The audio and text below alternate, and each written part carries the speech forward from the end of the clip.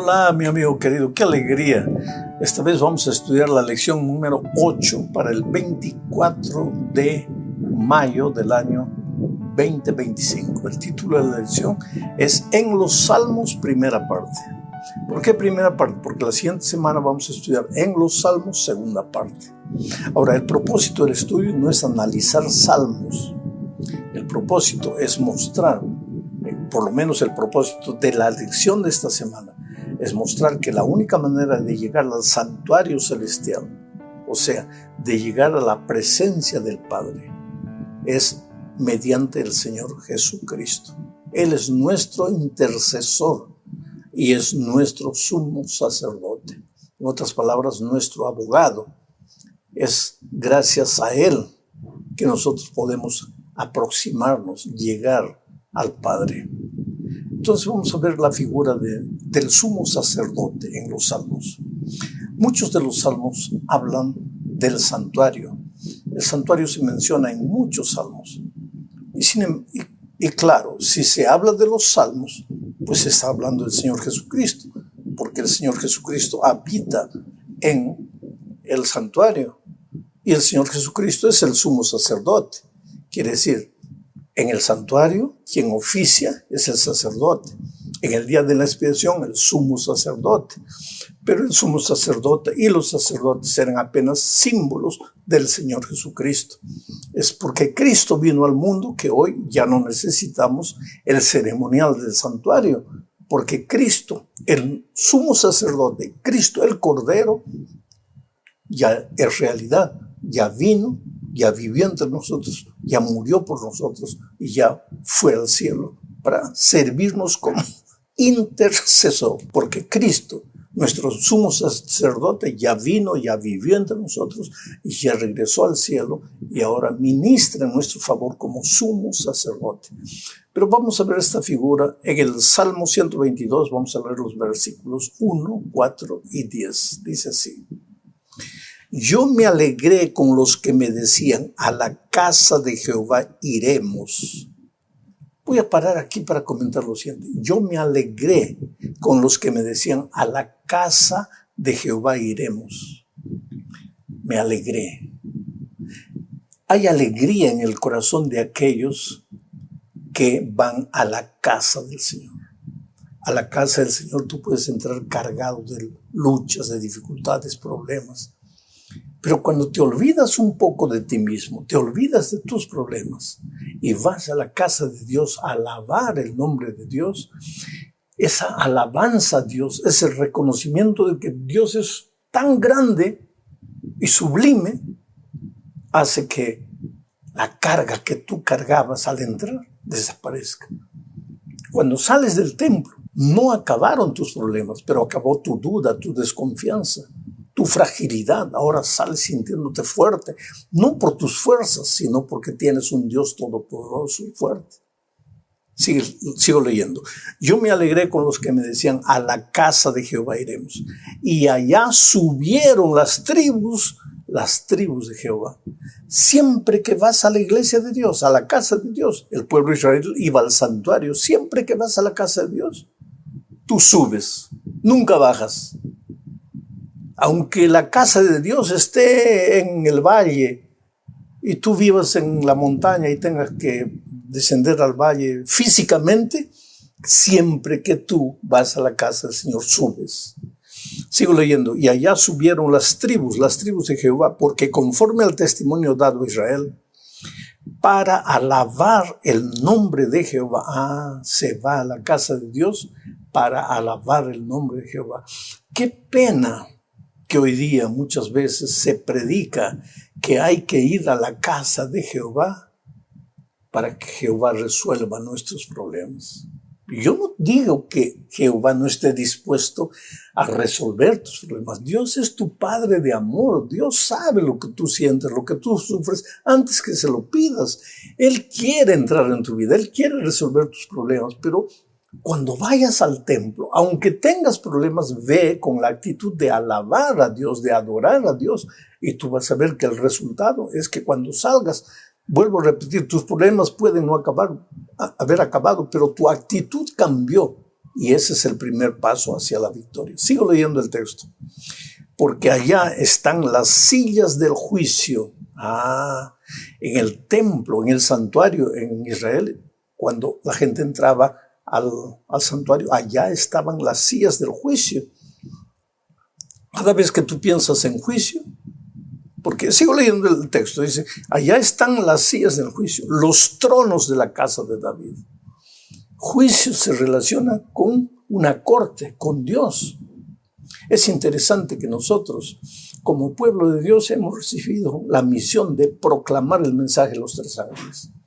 ¿Y en qué consiste el mensaje de los tres ángeles? Simplemente anunciar las buenas nuevas del Evangelio en el contexto del juicio. Cada vez que tú vas al templo, debes recordarte que un día nosotros los seres humanos tendremos que dar cuenta de nuestras actitudes. Cada vez que vayas a la casa de Dios, debes recordar que en este momento estamos siendo juzgados, pero no debes desesperarte, porque tu abogado, tu sumo sacerdote, es el Señor Jesucristo. Esto es maravilloso. Resumiendo esta primera parte, debemos recordar algunos puntos de la lectura del texto.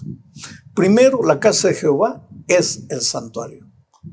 Hablando de Israel en aquellos tiempos, la casa de Jehová era el santuario para ellos. Segundo, el santuario de la tierra de Israel fue construido siguiendo el modelo del santuario celestial, y eso lo dice claramente Pablo en la epístola a los Hebreos. En tercer lugar, en el santuario estaba el trono de Dios. En cuarto lugar, el trono significa juicio. Y finalmente, no hay juicio sin intercesor. No puede haber juicio sin abogado defensor.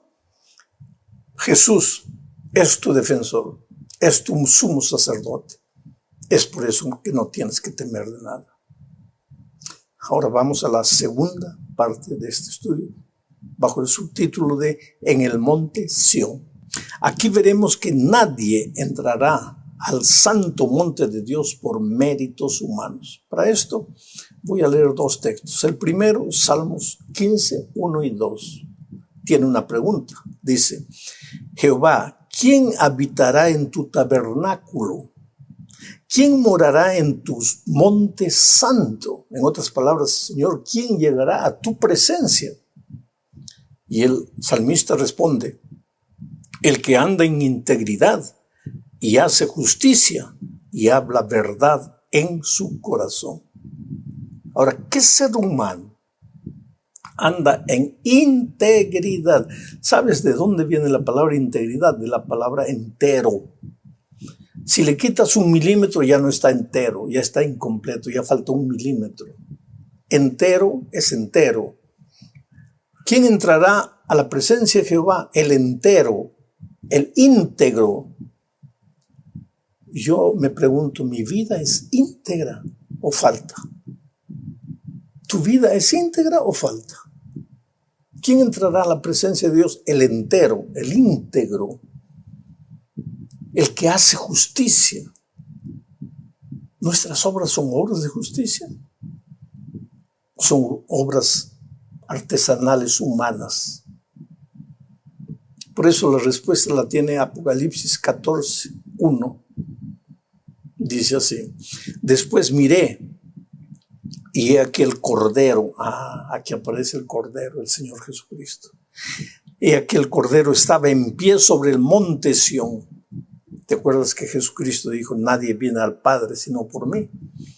Ahora en el monte Sión, en la presencia de Dios, aquí está el Cordero, Jesucristo.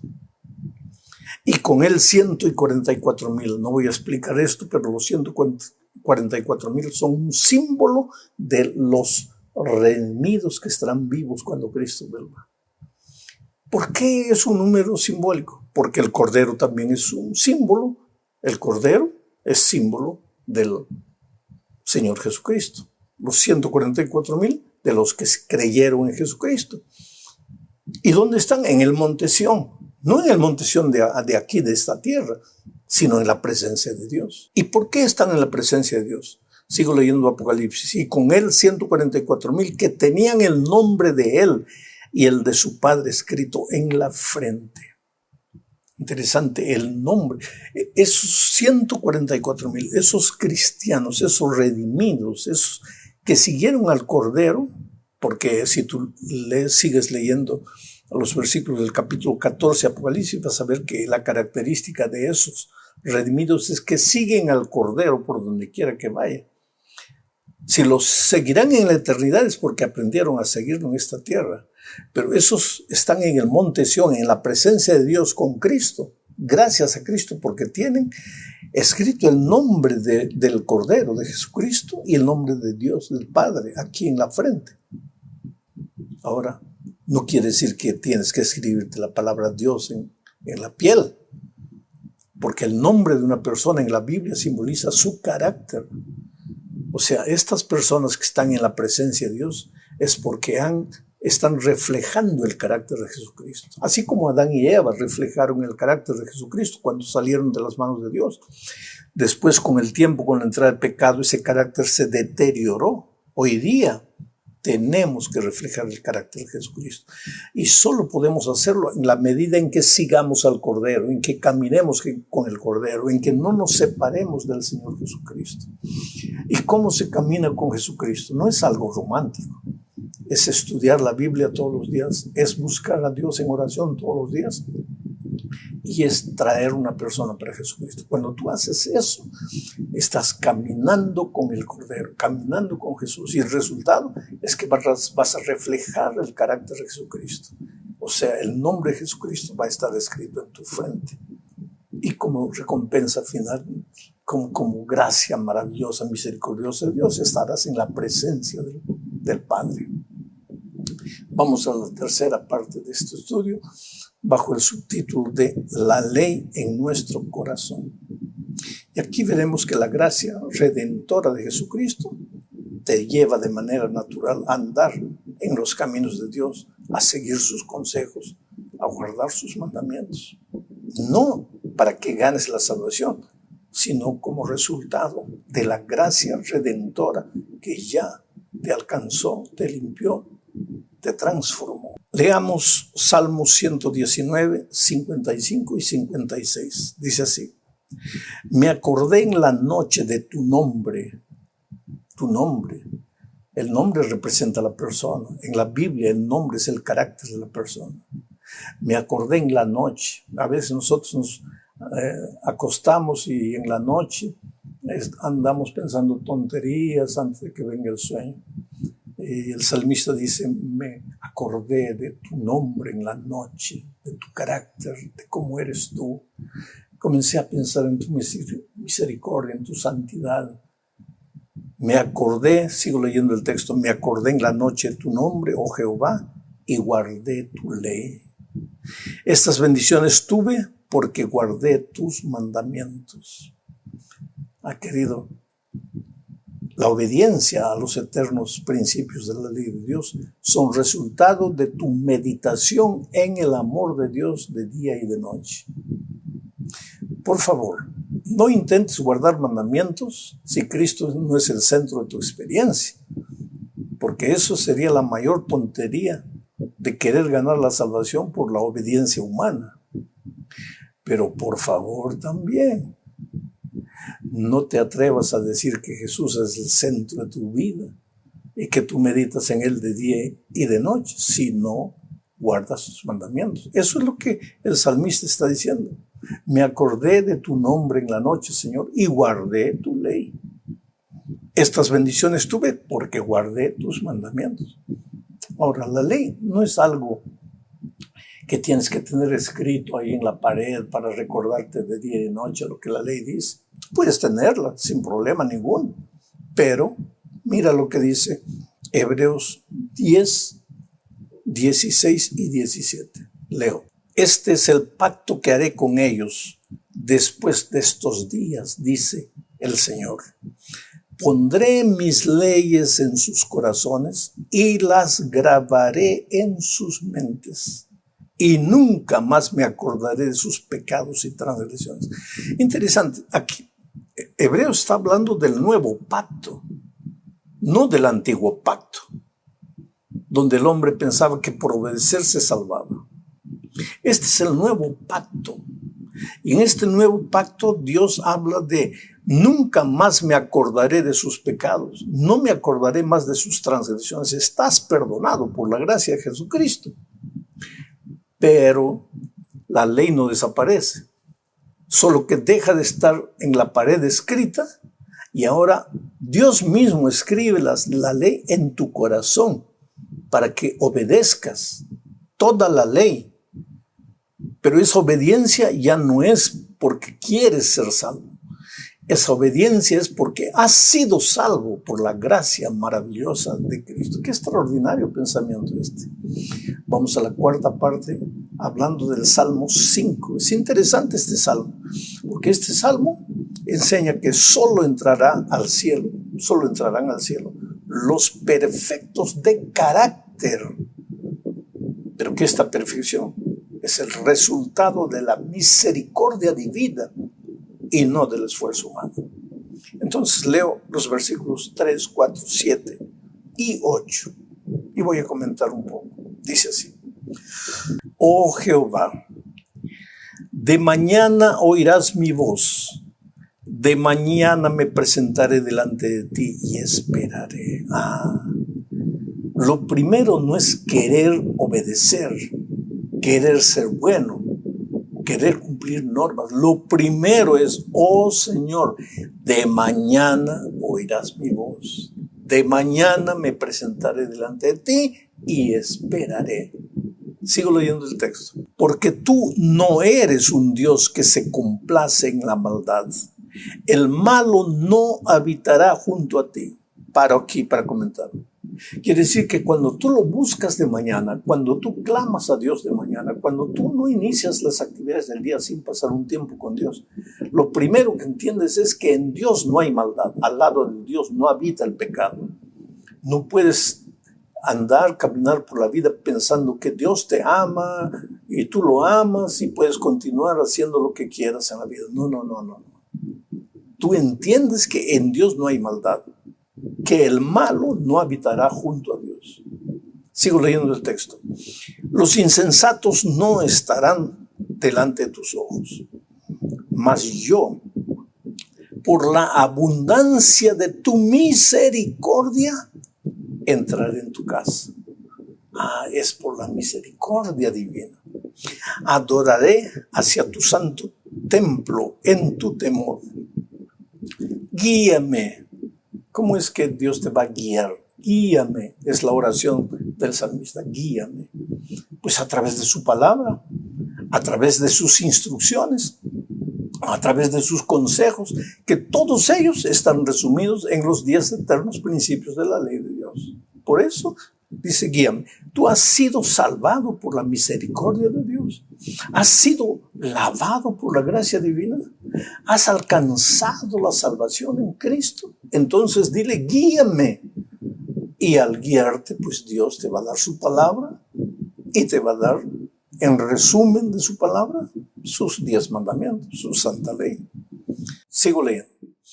Jehová, en tu justicia a causa de mis enemigos, endereza delante de mí tu camino. Quiere decir que cuando tú clamas a Dios, cuando Dios es el centro de tu experiencia cristiana, tu clamor es: Señor, endereza mis caminos. Tú puedes haber caminado por caminos tuertos, torcidos, caído en el abismo, en fin. Tú no te preocupes por lo que has hecho en tu vida pasada. Tú no conocías a Cristo. Al mal llamabas bien, al bien llamabas mal. Pasabas noches haciendo tonterías en tu vida. Pero no te preocupes por eso, porque es pasado. Ahora has conocido a Cristo, has aceptado a Cristo. Suplica al Señor: endereza mis veredas, endereza mis caminos, guíame. Ahí viene el Señor y te guía. Si un día tú llegarás a la casa del Padre, o yo, es solo por la misericordia divina, pero porque nos dejamos guiar por el pastor. Llegamos al fin de este estudio hablando de: enseña a los transgresores tu camino. Y aquí veremos que la proclamación final del Evangelio no será una acción humana, sino que Dios cumplirá su misión a través de los agentes humanos, reflejando su carácter en la vida de ellos. Entonces, con esto en mente, leo Salmos 96:3. Proclamad entre las naciones su gloria. Proclamad entre las naciones su gloria. Es interesante. Cuando Jesús se fue al cielo, le dijo a sus discípulos, por tanto, id por todo el mundo, predicad el evangelio a toda nación, tribu, lengua y pueblo. Solo que Jesús estaba repitiendo lo que el pueblo de Dios había aprendido en el Antiguo Testamento. Porque en este salmo, mira lo que dice, proclamad entre las naciones su gloria. ¿Qué es la gloria? Es el carácter de Jesucristo. ¿Qué es su gloria? Es las buenas nuevas del maravilloso amor de Jesucristo que salva al hombre. Proclamad entre las naciones su gloria, en todos los pueblos sus maravillas. Después viene Apocalipsis 14, donde Dios le dice, Dios levanta un pueblo, vi volar en medio del cielo otro ángel para predicar el evangelio eterno, la gloria eterna de Dios, a toda nación, tribu, lengua y pueblo. Y después viene Isaías capítulo 61 al 3, en el Antiguo Testamento. Dios ya le decía a su pueblo, levántate, resplandece, porque ha venido tu luz y la gloria de Jehová ha nacido sobre ti. Porque he aquí que tinieblas cubrirán la tierra y oscuridad las naciones.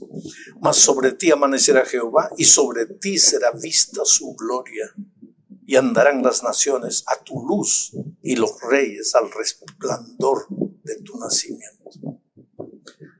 Y ahora leo un texto final para que entiendas todo lo que estoy diciendo. Apocalipsis 18:1 dice, después de esto vi a otro ángel descender del cielo con gran poder y la tierra fue alumbrada con su gloria. El cuarto ángel de Apocalipsis 18 es el poder del Espíritu Santo. Y entonces la gloria de Dios será vista en el mundo entero, a toda nación, tribu, lengua y pueblo. ¿Cómo? El carácter de Jesucristo será visto por el mundo entero. ¿Pero cómo? A través de la vida de los cristianos.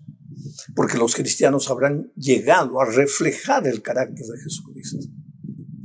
Esto no se trata de teoría, esto no se trata de simple doctrina. Esto no se trata solo de enseñar que esto es verdad y esto es mentira. Todo eso puede formar parte porque la verdad es la verdad. Pero esto se trata más de vivir el evangelio y no solo hablarlo. El carácter de la persona tiene que ser un carácter tal que las naciones que no conocen a Dios se pregunten, ¿qué tiene este pueblo? Reflejar la gloria de Dios en la mirada, en el rostro, en las palabras, en las actitudes, en las reacciones cuando las personas parecen ser injustas contra nosotros. El carácter de Jesucristo. Tú eres un agente del amor de Dios. Tú eres un instrumento para reflejar el carácter de Dios al mundo. Entonces el evangelio habrá cumplido su misión en esta tierra. ¿Qué tiene que ver todo esto con profecía? Es que, querido, para que llegue el momento en que tú tengas que hablar las profecías y proclamar que Cristo está volviendo, el mundo tiene que creer en ti. Y para que el mundo crea en ti, tú tienes que vivir en primer lugar el evangelio. No puedes proclamarlo sin que el evangelio se haya hecho una experiencia en tu vida. Que Dios te bendiga, que Dios te cuide, que Dios te dé una semana llena de victorias. Abrazo, gloria a Dios.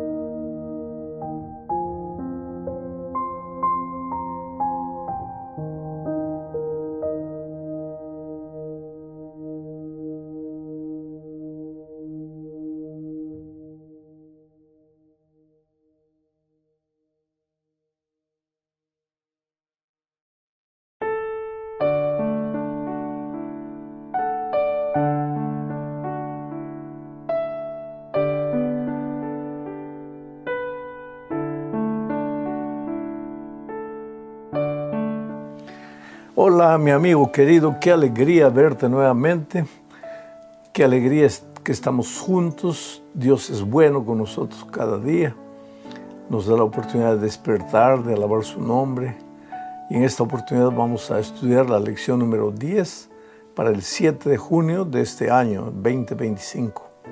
El título de la lección es sobre quiénes ha llegado el fin.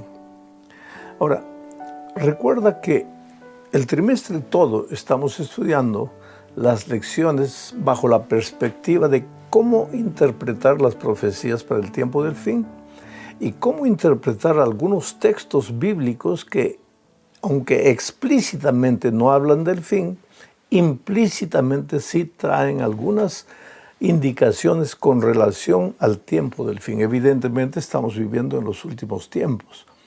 Ahora, lo importante no es conocer la teoría de las señales de Cristo, del cumplimiento de las profecías. Eso vale la pena, es importante saber, pero no es lo más importante. Lo más importante es vivir cada día una vida de comunión con Cristo, de tal manera que cuando llegue el día no seamos encontrados así sorpresivamente, desapercibidos, despreparados. El propósito de la lección de esta semana es mostrar algunas historias bíblicas, como por ejemplo la del diluvio, la destrucción de Sodoma y Gomorra, y ver cómo en esas historias bíblicas hay algunas indicaciones que tienen que ver con los eventos de la vuelta de Cristo a esta tierra. Vamos a la primera parte bajo el subtítulo de La ira del Cordero.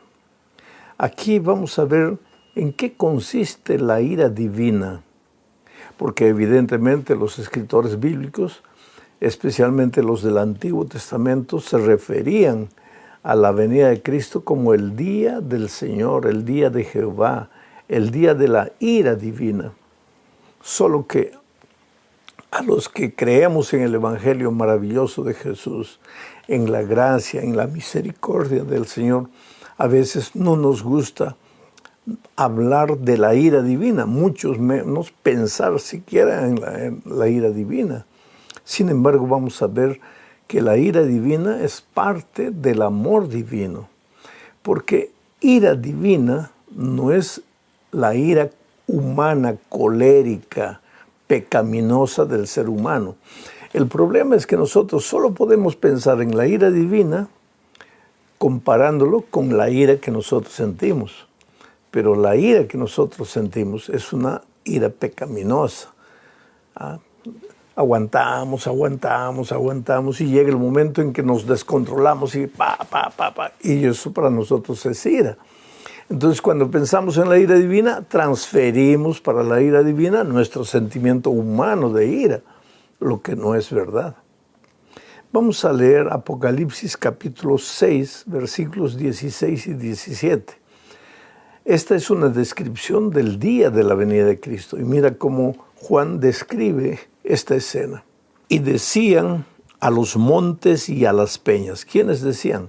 Los seres humanos, que no estaban preparados para encontrarse con Jesucristo. Porque los que están preparados, cuando Cristo venga, ellos levantarán las manos al cielo y dirán, he aquí nuestro amado Señor, a quien hemos esperado, ahora Él nos salvará. Pues nosotros no esperamos la vuelta de Cristo, el advenimiento de Cristo. Estamos cansados de vivir en este mundo, peregrinando, sufriendo, perdiendo a nuestros amados, pasando por dificultades. El punto final para todo eso es la venida de Cristo. Pero mucha gente escucha, está preparada, escucha el mensaje, conoce el Evangelio, conoce las advertencias divinas, pero no se prepara. Entonces, cuando Cristo venga, mira lo que sucede. Y decían, esa gente que no está preparada, y decían a los montes y a las peñas, caed sobre nosotros y escondednos del rostro de aquel que está sentado sobre el trono y de la ira del Cordero. Porque el gran día de su ira ha llegado. ¿Y quién podrá sostenerse en pie? Es interesante, queridos, que aunque la venida de Cristo va a ser un evento sorpresivo, porque Él no ha dado ni el día ni la hora. Mira, por favor, no trates de descubrir el día y la hora de la venida de Cristo. En la Biblia no, porque el propio Señor Jesucristo dijo que de eso nadie sabe. Y por favor, no creas en personas que están marcando fechas para la vuelta de Cristo. Eso no tiene base bíblica ninguna. Entonces la venida de Cristo será sorpresiva, pero aunque será sorpresiva, esta gente, mira lo que dice, porque ha llegado el gran día de su ira. ¿Y quién podrá estar firme? Quiere decir, esta gente ha escuchado hablar de la ira del Señor. ¿Qué es la ira divina? Es la respuesta de Dios al pecado. Es la actitud de Dios al pecado. Dios ama al pecador. Así que si eres un pobre ser humano, como yo, como cualquier ser humano, que necesita de perdón porque falla, porque cae, no te desesperes, porque Dios es un Dios de misericordia y de perdón. Dios ama al pecador, pero no acepta el pecado. Y esto tiene que estar bien claro en nuestra mente. Cuando la ira divina caiga sobre este mundo, presta bien atención a lo que voy a decir porque no quiero que me interpretes mal. Cuando la ira de Dios caiga sobre este mundo, no cae sobre los seres humanos, cae sobre el pecado. Del pecado no va a quedar ni raíz ni rama. La ira divina cae para destruir el pecado. Pero las personas que no han querido soltar el pecado, que no han querido abandonar el pecado, serán destruidas junto con el pecado. ¿Por qué? Porque no quisieron abandonar el pecado. Por eso, la invitación bíblica es, hoy es el día de buena nueva. Hoy es el día de salvación. Porque llegará un momento en que, pues, el Señor Jesús tiene que ponerle un punto final a la historia del pecado. Y ese punto final es su segunda venida. Y en su segunda venida la ira del Cordero será derramada sobre el pecado para que no quede ni raíz ni rama. Y ese día, ay de aquel que no haya soltado el pecado. Ay de aquel que no haya aceptado la invitación divina, pues será destruida junto con el pecado. Esa persona será destruida junto con el pecado. Para complementar esta idea, leo Mateo 24, 36 y 37, que dice así: pero del día y la hora nadie sabe, ni aun los ángeles de los cielos, sino solo mi Padre. Mas como en los días de Noé, así será la venida del Hijo del Hombre. ¿Y qué es lo que caracteriza más a los días de Noé? No es la multiplicación de pecados, no es la variedad de pecados. Es verdad que los hombres del tiempo de Noé, pues cada día inventaban nuevos pecados, nuevas perversiones, y a eso le llamaban, pues, no, es mi elección, es mi preferencia, y lo que sea. Pero lo que caracteriza a los días de Noé no es eso, porque eso lo vemos hoy día también. Aquí cuando dice que la venida del Hijo de Dios será como en los días de Noé, está hablando más es del elemento sorpresivo. El día que el diluvio llegó, las personas vivían como si fuese un día normal. Se despertaron, fueron al trabajo, a la escuela, continuaban practicando sus pecados, felices de la vida. ¿Por qué? Porque no pensaban que nada extraordinario iba a suceder. Sin embargo, apareció el diluvio y la humanidad desapareció. Así como en los días de Noé será la venida de Cristo. Las personas no hacen caso, no prestan atención, ¿qué les interesa la Biblia? ¿Qué les interesa nada? Y de repente, cuanto menos imaginan, Jesús ya va a estar regresando. El día y la hora nadie sabe, pero Jesús va a volver. Y por eso vale la pena vivir preparado.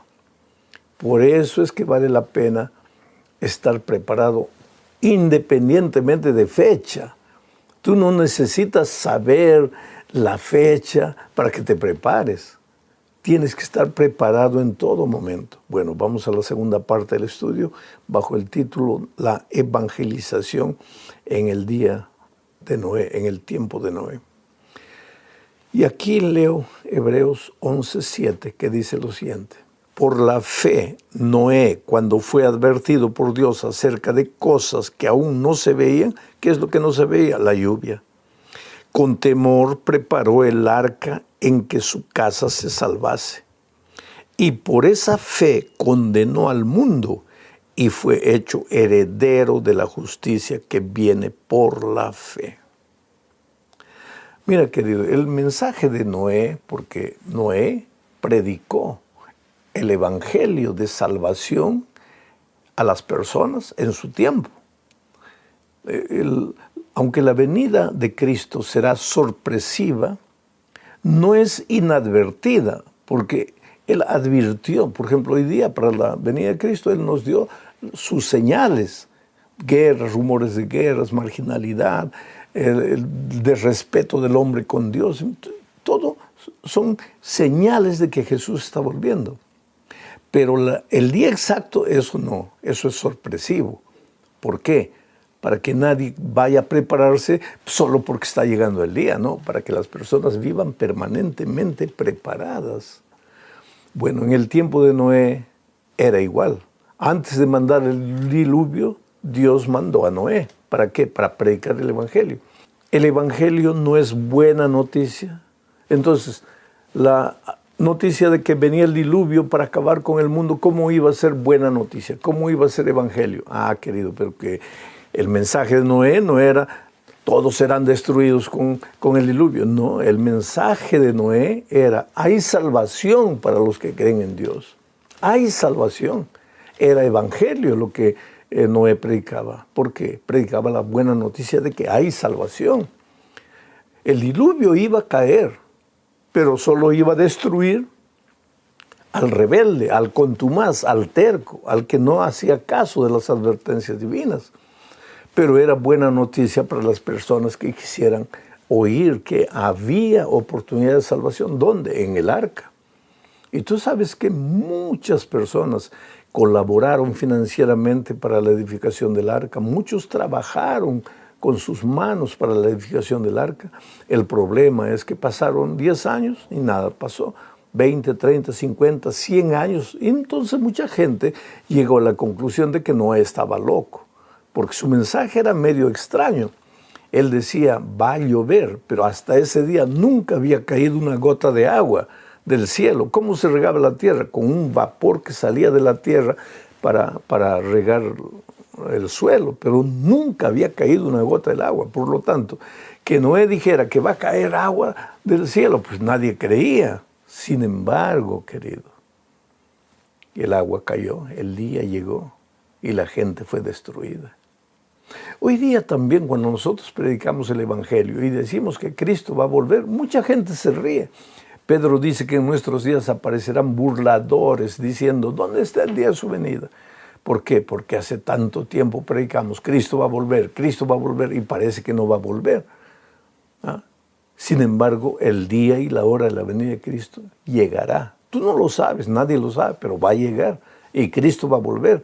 Y ese día mucha gente, pues, los que le esperaron van a levantar las manos y recibirlo con alegría, pero los rebeldes correrán a las montañas diciendo, caed sobre nosotros porque viene la ira del Cordero. ¿Por qué la ira del Cordero?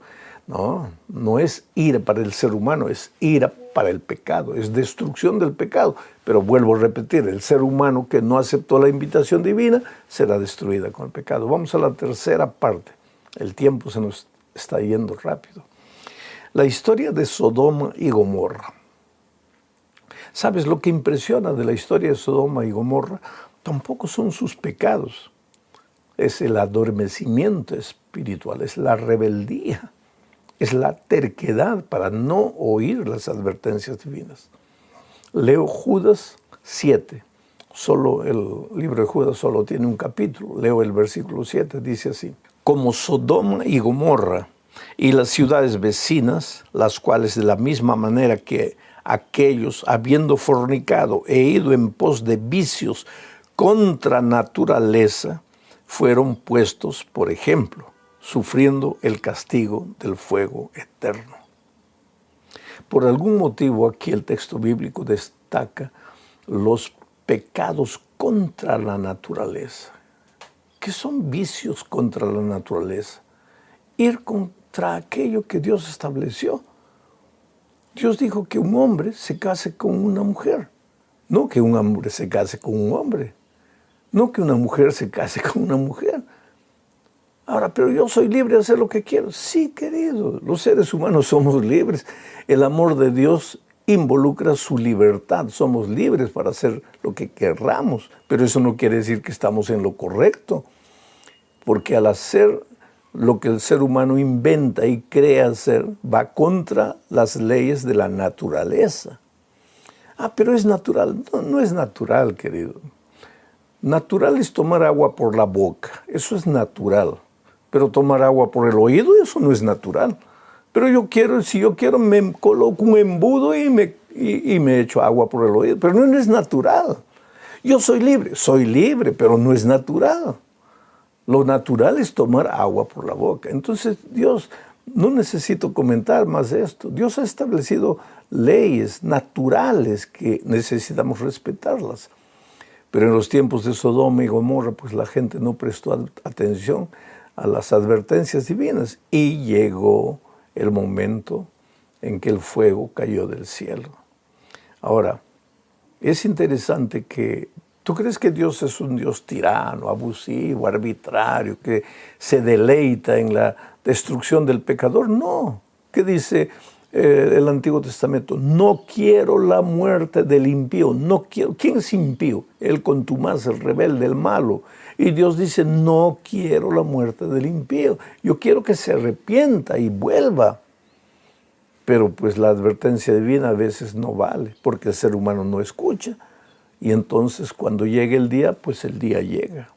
Leo Génesis 18:25. Mira lo que dice el texto. Lejos de ti el hacer tal. Está aquí en este texto, Abraham le está hablando a Dios con relación al fuego que caería para consumir Sodoma y Gomorra. Y le dice, lejos de ti el hacer tal, que hagas morir al justo con el impío, y que sea el justo tratado como el impío. Nunca tal hagas. El juez de toda la tierra no ha de hacer lo que es justo. Interesante, de cierta manera, el atrevimiento de Abraham de decirle a Dios, Señor, tú no puedes hacer esto. Tú no puedes destruir al justo y al injusto al mismo tiempo. Va a caer fuego del cielo, pero el injusto y el justo no pueden morir. Vuelvo a repetir, el fuego del cielo cayó sobre Sodoma y Gomorra, pero Dios a través de Abraham ya les había dado la advertencia, que salgan de la ciudad, porque el fuego caería. Abraham salió, con su familia salieron, pero la mayoría no salió. Cuando el fuego cayó, no cayó sobre las personas, cayó sobre la ciudad y las personas murieron. ¿Por qué? Por rebeldes, contumaces, porque no prestaron oídos a la advertencia divina. Pero quien oyó la advertencia salió y se salvó. Es que Dios es un Dios justo, es un juez justo, no comete injusticias. Por eso hoy llama. ¿Y por qué todavía no ha venido Jesús? Pedro responde esa pregunta. Dice que el Señor no retarda su venida, como algunos la consideran por tardanza, sino que es paciente, no queriendo que nadie se pierda, sino que todos se arrepientan. Hoy, a Noé, en los tiempos de Noé, Dios envió a Noé para proclamar el Evangelio. En los tiempos de Abraham, Dios envió a Abraham para proclamar el Evangelio. Y en nuestros días, pues hay un remanente que predica el Evangelio. Salid de ella, pueblo mío. Sal, ven, deja tus pecados, arrepiéntete de tu vida pasada, ven a Jesús. Pero si el ser humano no obedece, no le hace caso, pues un día será destruido junto con el pecado.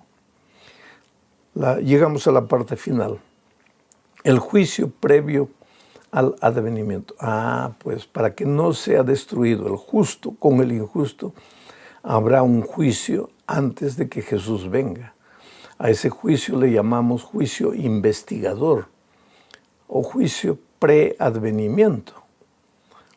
Porque hoy día, por ejemplo, antes de condenar a alguien, ¿qué pasa? Hay un proceso judicial. Ahí el fiscal presenta las acusaciones, el abogado defensor presenta sus argumentos, ahí se presentan las pruebas, en fin, se ventila el caso y finalmente se da la condena. Cuando Cristo venga a esta tierra, viene para dar la recompensa, la vida eterna a los justos y la destrucción a los que no aceptaron la invitación, a los injustos. Pero antes tiene que haber habido un juicio. Y por eso en nuestros días hay un juicio invisible que nadie ve, pero que Daniel describe. Mira, voy a leer Daniel 7, 9 y 10. Mira lo que dice. Estuve mirando hasta que fueron puestos tronos y se sentó un anciano de días, cuyo vestido era blanco como la nieve y el pelo de su cabeza como lana limpia. Ese es Dios. Su trono llama de fuego, las ruedas del mismo fuego ardiente. Un río de fuego procedía y salía delante de él. Millares de millares le servían y millones de millones asistían delante de él. El juez se sentó y los libros fueron abiertos. ¿Cuándo fueron abiertos esos libros? Proféticamente en 1844. ¿Y por qué? Porque ahí terminaba la profecía de las 2300 tardes y mañanas. Pastor, ¿en qué consiste esa profecía? Infelizmente, eso no es parte de nuestra lección. Pero yo te sugiero a que busques la profecía de las 2300 tardes y mañanas y verás que el juicio de las naciones ya empezó el 22 de octubre del 44. Hoy día está siendo ventilado nuestro caso. Primero el caso de los que ya murieron, pero los que estamos vivos, ahí está el diablo como fiscal de acusación. Está Jesús como nuestro abogado defensor. En este momento, Jesús está en el santuario celestial intercediendo por nosotros. Es nuestro abogado defensor. Y querido, tú no tienes que tener miedo. Has caído, has pecado. Eso no podemos negar. Todos fallamos. Pero tú no tienes que tener miedo, porque abogado tenemos para con Dios a Jesucristo el justo. Es nuestro abogado. Y aunque el diablo diga, no, ese merece pecar, ese merece morir porque es un pecador, ahí Jesús, nuestro abogado, se levanta y dice, es verdad, es un pecador, ha pecado, ha caído, ha fallado y merece morir, pero yo morí por él en la cruz del Calvario y ahora él está salvo. Yo fui crucificado para darle mi vida a él, mi justicia a él. ¿No es maravillosa? Noticia, qué extraordinaria. Qué extraordinaria buena nueva. Eres salvo en Cristo. Ven a Él. Entrégale tu vida. Llora a sus pies. Clama por su gracia y por su poder para vivir una vida de victoria. Un abrazo, querido. Feliz semana de trabajo, aunque la semana ya comenzó anoche cuando hicimos la puesta del sol. Pero una buena semana de trabajo ahora. Felicidades. Chao.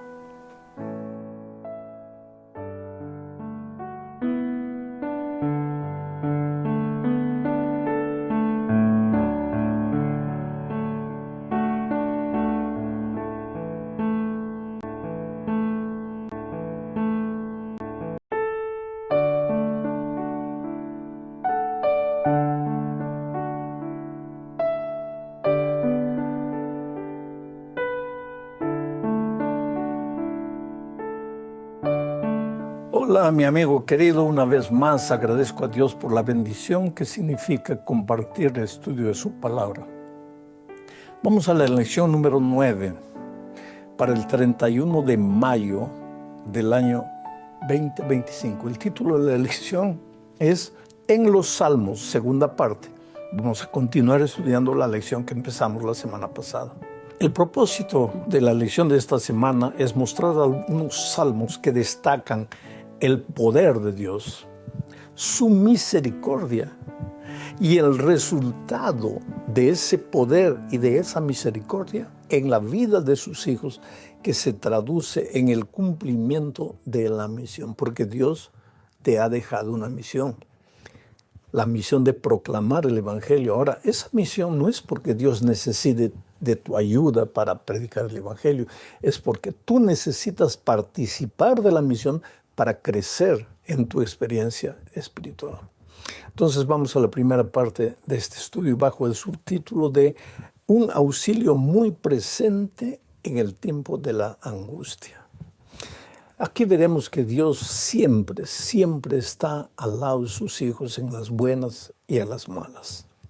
Leo el Salmo 46, versículos 1, 4 y 5. Dice así: Dios es nuestro amparo y fortaleza, nuestro pronto auxilio en las tribulaciones. Voy a detenerme aquí.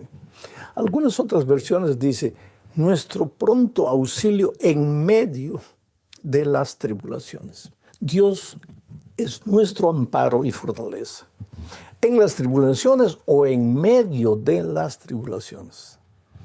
Pero de aquí tenemos que aprender una cosa básica para la experiencia cristiana. Dios nunca te ha prometido que no habrá tribulaciones. Mientras vivas en este mundo serás golpeado por las tribulaciones. La promesa de Dios no es la siguiente: tú nunca tendrás tribulación. Si fuese así, cada vez que llegaba una tribulación, ahí sí tú tendrías que decir: Señor, ¿dónde está tu promesa? Porque tú me has prometido que nunca habrá una tribulación si yo me entrego a ti. Pero es que Dios no te prometió eso. Hay muchas personas, yo quiero pensar que sean sinceras, que te dicen que si te entregas a Cristo, que si vas a Él, que si le das una buena ofrenda, las tribulaciones van a salir de tu vida. No, esa no es una promesa bíblica. El Señor Jesús te ha prometido que en medio de las tribulaciones, porque estás viviendo en un mundo que, ya te he dicho muchas veces, nosotros los hombres le hemos pasado el título de propiedad de esta tierra al diablo. El diablo ha colocado semillas, cizaña, ha colocado espinas. El diablo ha destruido el mundo perfecto de Dios, y lógico que va a haber enfermedad, va a haber cáncer, el avión se va a caer, va a haber tempestad, va a haber aluviones, en fin. Y Dios no te ha prometido que tú, que vives en este mundo maldito por el pecado, no vas a sufrir. Lo que te ha prometido que en medio de la tribulación tú no vas a estar solo nunca. Tú vas a estar con Él. Él nunca te va a desamparar. ¿Y eso hace diferencia? Claro que hace diferencia. Porque cuando viene la tribulación y no tienes a Dios, te desesperas. Pero cuando viene la tribulación, pero tienes a Dios, la esperanza brilla en tu corazón y sabes que esta noche, por más oscura que sea, va a pasar y mañana el sol va a brillar de nuevo. Sigo leyendo el texto. Dios es nuestro amparo y fortaleza, nuestro pronto auxilio en las tribulaciones. Del río sus corrientes alegran la ciudad de Dios, el santuario de las moradas del Altísimo. Dios está en medio de ella, no será conmovida.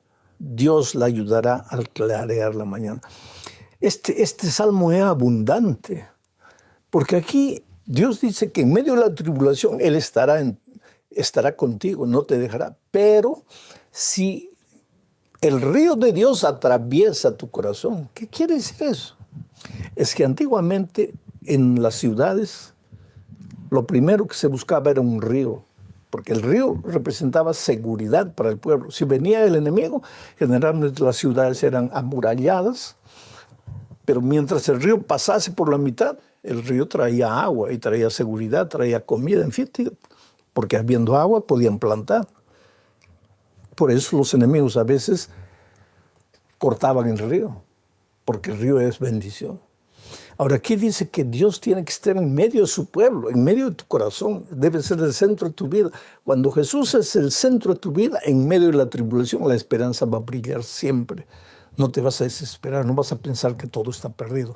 Por más oscuras que las circunstancias te parezcan, por más que creas que todo acabó, no acabó. Dios está contigo en medio de la tribulación. Sí, Cristo es el centro de tu vida. Ahora vamos a la segunda parte de este estudio, hablando de la esperanza en medio de la confusión. La primera parte hablamos de la esperanza en medio de la tribulación.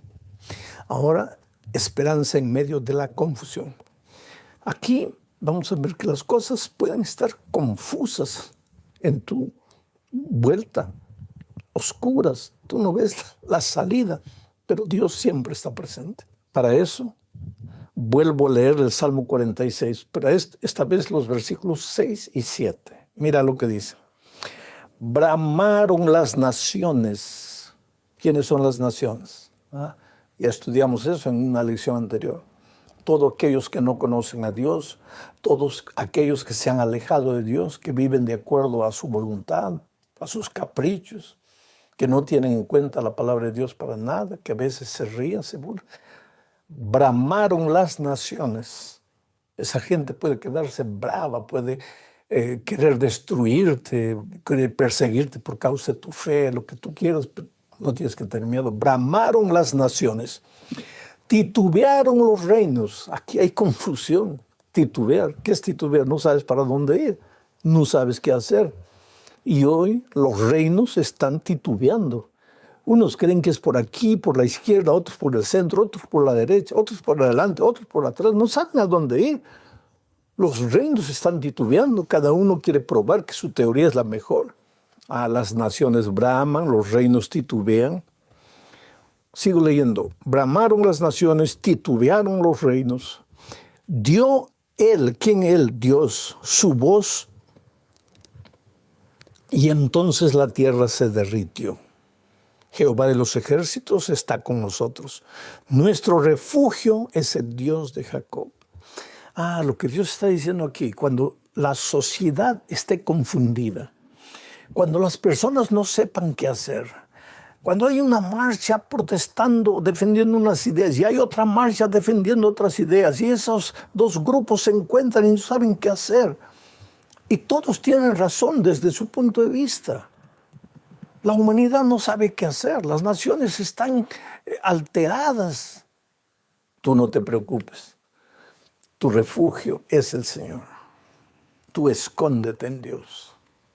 Esconderse en Dios no es omitirse del mundo, no, porque cuando lleguen las elecciones, tú tienes que votar. Pídele sabiduría a Dios y haz una elección sabia. Esconderse en Dios es reconocer que Dios es soberano en este mundo, que Dios es el que coloca reyes, quita reyes, pone reyes, que nada sucede en esta vida por voluntad de los hombres, aunque los hombres piensan que ellos son los conductores de las naciones. Dios está por encima de los errores humanos. Dios está en el control y los hijos de Dios debemos refugiarnos en Dios. Vamos a la tercera parte bajo el título de Bajo sus pies. Aquí veremos que el futuro que Dios nos prepara en su reino celestial es un futuro extraordinario. El sufrimiento de este mundo va a llegar a su fin. Las naciones no van a bramar para siempre. Los seres humanos, los gobiernos no van a estar confundidos para siempre. Todo esto tiene un final. Y yo digo una cosa, a veces la confusión del tiempo actual es una evidencia de que Cristo está regresando. Vamos a leer el Salmo 47, versículos 1 al 4. Dice así: pueblos, todos, el mundo entero, China, Japón, Estados Unidos, México, Perú, Argentina, Brasil, en fin, todos los pueblos, sin excepción, los 5 continentes, pueblos todos, batid las manos, aplaudid, aclamad a Dios con voz de júbilo. Esta es una profecía. Va a llegar un día en que los creyentes y los no creyentes van a reconocer la autoridad divina. Unos para bien, otros para mal. Pero finalmente el mundo todo va a entender que Dios tenía razón y que sus hijos que proclamaron su evangelio tenían la razón. Bueno, pueblos todos, batid las palmas, aclamad a Dios con voz de júbilo, porque Jehová el Altísimo es temible, Rey grande sobre toda la tierra. Él, Dios, someterá a los pueblos debajo de nosotros y a las naciones debajo de nuestros pies. Él nos elegirá nuestras heredades, la hermosura de Jacob, al cual amó. ¿De qué habla este salmo? De que aunque estamos viviendo en días tenebrosos, Dios está en el control de este mundo. Y aunque hoy los hombres poderosos parezca que tienen autoridad sobre los hijos de Dios, y muchas veces los persigan, y llegará un momento hasta que los obligarán a querer transgredir la voluntad de Dios, todo eso es pasajero, todo eso es circunstancial, porque llegará un momento, llegará un día cuando las naciones todas reconocerán que Dios es el único Rey del universo. Y esos poderosos que hoy te hacen sufrir estarán simbólicamente bajo tus pies. Y Dios finalmente te entregará la herencia que te ha prometido. La vida eterna no es tierra, es vida eterna, es felicidad eterna, es paz eterna. Te puede parecer una teoría linda y maravillosa, hasta mística, ilusoria. Pero tienes dos caminos. O crees en Jesús y sus promesas bíblicas, o lo rechazas. Y al final de los tiempos verás. Por eso la Biblia dice, hoy es el día de buena nueva. Hoy es el día de salvación. En la cuarta parte de este estudio veremos algo interesante. Vino y sangre. El amor de Dios se manifiesta también en la destrucción final del pecado, porque vuelvo a repetir, este mundo, así como un potro desgobernado, no va a estar desgobernado para siempre. Va a llegar de un punto final al pecado. Y cuando el pecado sea destruido, aquellos que no quisieron soltar el pecado serán destruidos con el pecado. Dios ama al pecador. Por eso dice que Él quiere que se arrepienta y vuelvan a Él. Pero si los seres humanos se agarran del pecado, cuando la destrucción final caiga sobre el pecado, pues los pecadores serán destruidos junto con el pecado. Leo Salmo 75, 6, 7 y 8, dice, porque ni de oriente ni de occidente, ni del desierto viene el enaltecimiento. Cuidado, querido, el orgullo, la soberbia, el creer que porque Dios no actúa así visiblemente, no interfiere en la vida de los gobiernos, de los poderosos, o de los incrédulos, de los rebeldes, Dios no existe. Ya te conté la historia de un joven adolescente que desafió a Dios porque estaba usando hojas de la Biblia para fumar droga. Le doy 30 segundos a Dios para que me mate, ¿no? Y Dios no le dice nada, y el hombre sigue vivo. Entonces, mucha gente cree que por eso Dios no existe. Oh, cuidado, cuidado, querido, conjugar con la misericordia divina. Porque ni del oriente, ni del occidente, ni del desierto viene el enaltecimiento. Cuidado. Dios es el juez. Sigo leyendo el texto. A este humilla y a aquel enaltece, porque el cáliz está en la mano de Jehová y el vino está fermentado, lleno de mistura, y él derrama del mismo. Hasta el fondo lo apurarán y lo beberán todos los impíos de la tierra. Aquí el vino representa sangre, y la sangre que aquí se presenta es la sangre de los impíos. Hasta el fondo lo apurarán y lo beberán todos los impíos de la tierra. ¿Por qué? Porque vuelvo a repetir, cuando la destrucción final caiga sobre el pecado, caerá también sobre aquellos que no quisieron soltar el pecado. ¿Y por qué digo eso? Para entender mejor, leo Apocalipsis 19, 11 al 13. Aquí Cristo ya está regresando en este texto. Dice, entonces vi el cielo abierto y he aquí un caballo blanco. El que lo montaba se llama Fiel y Verdadero, y con justicia juzga y pelea. ¿Quién es este Cristo? Sigo leyendo. Sus ojos serán como llama de fuego, y había en su cabeza muchas diademas, y tenía un nombre escrito que ninguno conocía sino él mismo. Estaba vestido de una ropa teñida en sangre, y su nombre es el Verbo de Dios. ¿Quién es el Verbo de Dios? Cristo. ¿Y por qué cuando viene por segunda vez su ropa está teñida de sangre? Es el vino, es la sangre. ¿La sangre de quién? De los desobedientes. Ah, pero Dios no es amor. Claro que Dios es amor, querido. Por eso dice, no quiero la muerte del impío, sino que se arrepienta y vuelva. Dios es amor. ¿Y por qué su ropa estaba vestida de sangre? Porque cuando Cristo vuelva, Él no viene para salvar a nadie. Él viene para recoger a su pueblo y llevarlo a vivir con Él en el cielo, de donde nunca, o donde está el trono del Padre y donde deberíamos estar. Pero ¿qué pasa? Aquellos rebeldes que se agarraron del pecado, no quisieron soltar el pecado. Dios los llamó, llegaron las advertencias divinas, la palabra de Dios los impresionó. Muchas veces estaban para soltarlo, pero no soltaron. El pecado no va a existir para siempre. Dios no va a permitir eso, porque Dios ama a sus hijos. ¿Y quiénes son sus hijos? Todo el universo, todos los seres humanos pueden venir.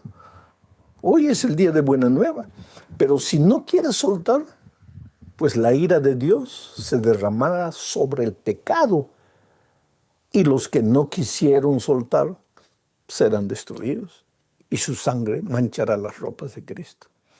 Esto es interesante, por la gracia de Dios no te libera de las consecuencias de tu rebeldía presente.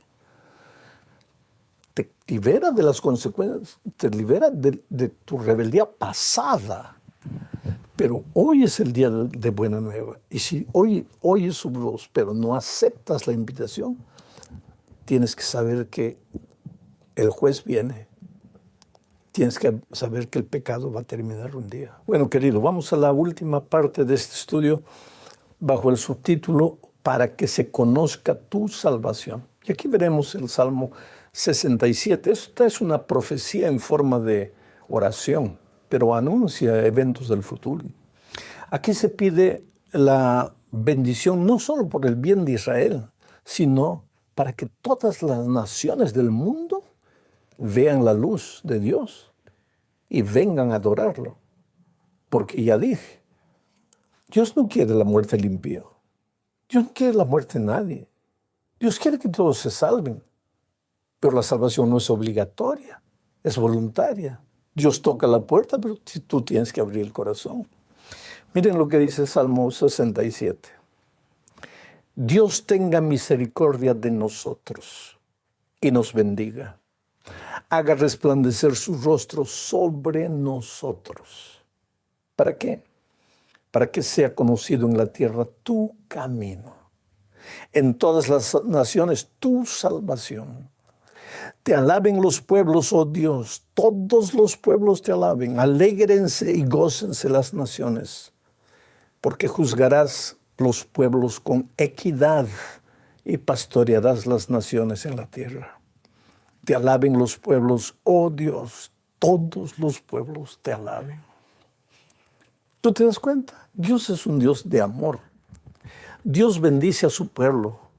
Dios quiere que a sus hijos les vaya bien. ¿Pero para qué? Para que sus hijos reflejen su carácter al mundo. Y para que proclamen el Evangelio. Y para que todo el mundo venga al arrepentimiento y venga a adorar a Dios.